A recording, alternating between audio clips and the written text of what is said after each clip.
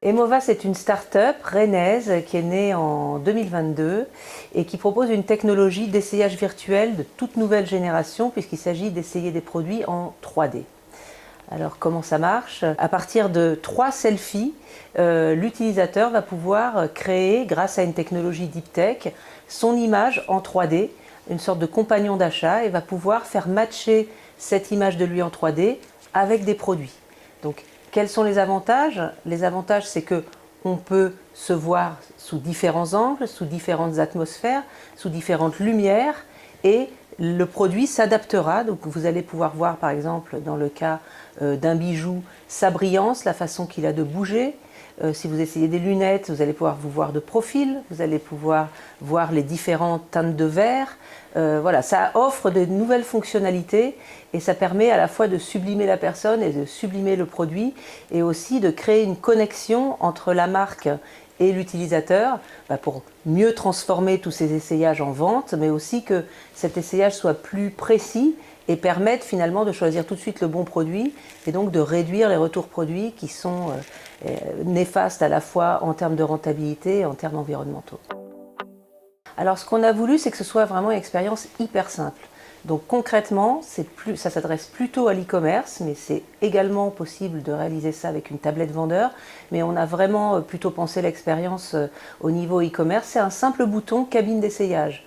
Vous êtes sur la page produit et vous, au lieu d'aller directement au panier, vous pouvez stocker un certain nombre d'articles. Donc si vous avez envie d'essayer 40 paires de boucles d'oreilles, vous allez pouvoir le faire. Donc vous stockez dans cette fonction cabine d'essayage les produits que vous voulez essayer.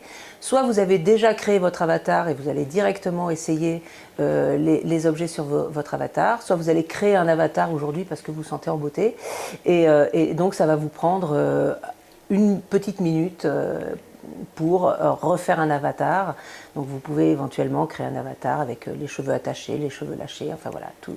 Ça ouvre énormément de possibilités. En tout cas, c'est intégré dans le site de l'e-commerçant et ça vient s'encapsuler dans son site, donc ça vient garder absolument son intégrité. Ça n'a aucun impact négatif sur sa performance, c'est vraiment ajouter une nouvelle fonctionnalité.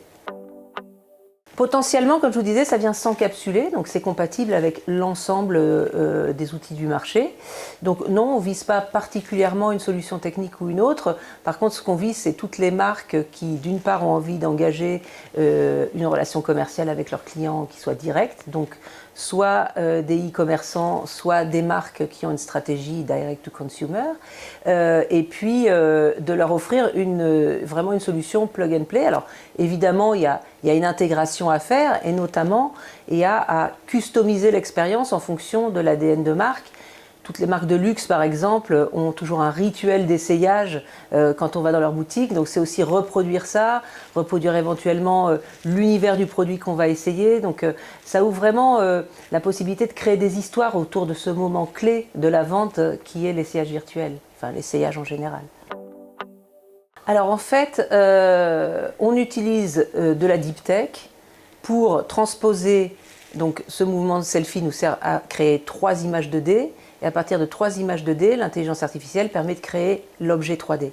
À partir du moment où on a créé l'objet 3D, on peut faire plein de choses avec cet objet 3D.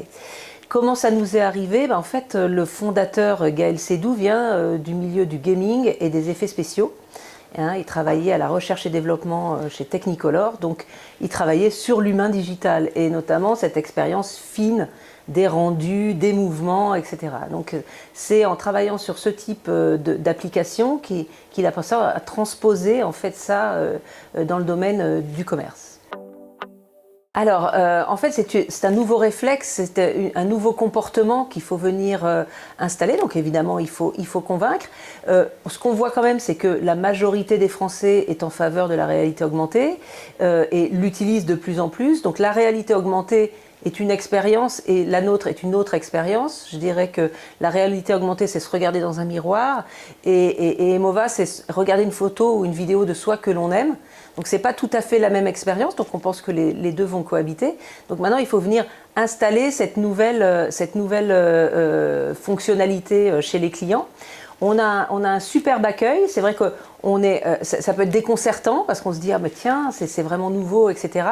Et en même temps ça ouvre des perspectives énormes dans le domaine du retailtainment puisque finalement vous créez un personnage et une connexion avec votre client qui peut vous permettre vraiment de faire de l'essayage un contenu, voire de créer d'autres contenus autour de cette relation que vous avez créée.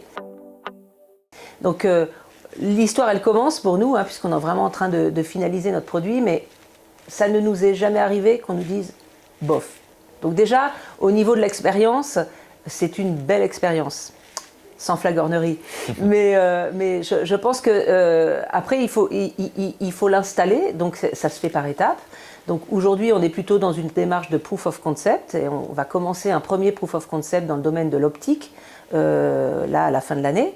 Et puis ensuite on parle à des marques et on est ouvert évidemment aux auditeurs qui pourraient être intéressés pour créer des proof of concept dans tous les domaines qui sont autour du visage, puisque c'est vraiment le siège de la personnalité. Donc tout ce qui est autour du bijou, de la cosmétique, de la coiffure, des accessoires. Alors, notre étape aujourd'hui, c'est plutôt les mains, effectivement, plus dans l'optique d'avoir un service complet, donc on y travaille. Le corps, on va dire qu'il faudrait déjà instaurer et mettre en place cette première relation avant que... parce que faire un selfie de son corps, il y a vraiment un design d'expérience à imaginer. Donc ce qu'on pense, c'est que déjà si on arrive à convaincre sur cette partie visage et avec le complément main, on va créer une histoire dont on ne sait pas aujourd'hui jusqu'où elle va nous amener, mais effectivement, nous ne sommes pas qu'un visage et des mains, nous avons un corps. Donc, bien sûr, on envisage la suite, mais notre première démarche, là, aujourd'hui, c'est vraiment de faire comprendre cet apport de cette expérience full 3D qui permet vraiment... et on est entré dans le détail vraiment de ce qu'est un bon essayage de lunettes, ce qu'est un bon essayage de cosmétiques. Les critères sont différents pour chaque élément du maquillage. Donc il faut vraiment rentrer dans la finesse de l'expérience. Et ensuite, on va étendre évidemment à d'autres secteurs. Et il y a certaines choses qui ne sont pas prises en charge par la réalité augmentée parce que ça nécessite des textures, parce que ça nécessite justement de se voir de profil, que l'on va pouvoir faire avec cette technologie. Très bonne question. Alors notre business model, c'est un business model B2B avec le retailer qui va offrir finalement cette fonctionnalité à son client. Je précise que le client reste propriétaire de son avatar est sécurisé, donc on est conforme à la RGPD, au RGPD, pardon. Et notre business model, il y a une partie frais fixes qui sont autour du design de l'expérience et de son intégration sur le site. Et ensuite, on a une partie variable en fonction de l'utilisation du service. Et je dirais une dernière chose, c'est qu'il y a aussi une source data qui est intéressante, puisque pour le retailer, c'est aussi voir qui essaye quoi et quand la vente est transformée. Donc c'est aussi un très très bon indicateur qui a une valeur. Voilà, nous on est vraiment intéressés à discuter avec des marques qui ont envie d'expérimenter, qui notamment ont envie de créer des histoires avec leurs clients. Donc on est ouvert à toute discussion et bien sûr à montrer l'expérience et à les convaincre.